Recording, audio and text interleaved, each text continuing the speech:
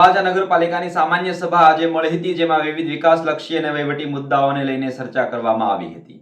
જો કે સભા દરમિયાન અનેક મુદ્દાઓ પર વિપક્ષ અને સત્તાધારી પક્ષ વચ્ચે ઉગ્ર ચર્ચા જોવા મળી હતી, પણ વિપક્ષના નગરસેવકોએ કેટલાક મહત્વના મુદ્દાઓને લઈને નગરપાલિકાના વહીવટ સામે પ્રશ્ન ઉઠાવ્યા હતા અને પોતાનો વિરોધ નોંધાવ્યો હતો। ત્યારે આ મુદ્દાઓ વિશે કરવામાં આવી હતી વાત, તેની વિગતે વાત કરી આ વિડીયોમાં।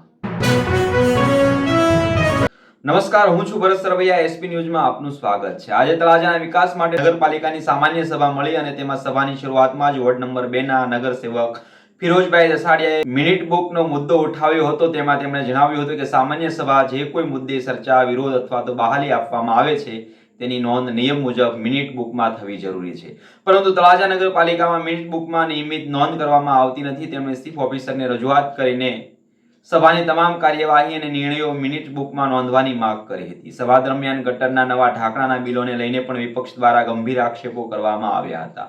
વિપક્ષના સભ્યોએ આ કામમાં મોટા પાયે ભ્રષ્ટાચાર થયો હોવાની શંકા વ્યક્ત કરી છે અને સમગ્ર મામલાની તપાસ કરવાની માંગ પણ તેમણે કરી છે। આ મુદ્દે બંને પક્ષો વચ્ચે તીવ્ર ચર્ચા થઈ હતી। આ ઉપરાંત તળાજા નગરપાલિકાના નવી ઇમારત શહેરની બહાર અંદાજે 4 થી 5 કિલોમીટર દૂર બનવાની યોજના સામે પણ વિપક્ષે કડક વિરોધ નોંધાવ્યો હતો। વિપક્ષના નેતા અને અન્ય નગરસેવકોએ જણાવ્યું હતું કે નગરપાલિકાની કચેરી શહેરની બહાર બનાવવામાં આવશે તો સામાન્ય અને ગરીબ નાગરિકોની રોજિંદી કામકાજ માટે મુશ્કેલીનો સામનો કરવો પડશે।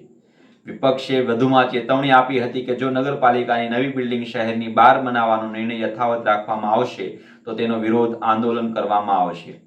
વિવિધ મુદ્દાઓ પર થયેલી ઉગ્ર ચર્ચાએ અને વિરોધને કારણે આજની સામાન્ય સભા રાજકીય અને નાગરિક વર્તુળોમાં ચર્ચાનો વિષય બની હતી। નમસ્કાર।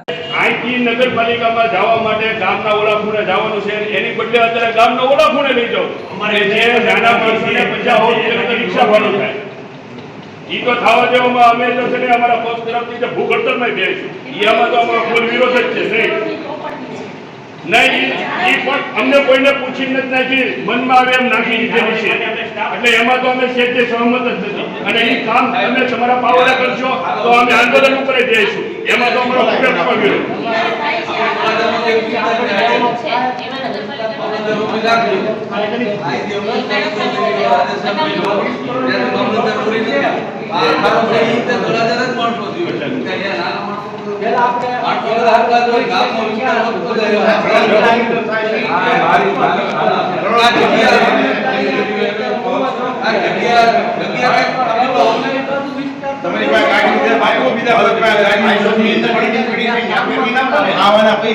રિક્ષા ભાડું ક્યાંથી કાઢવું? ગરીબ માણસો ક્યાં દાખલો લેવા જાય 200 રૂપિયા રિક્ષા ભાડું?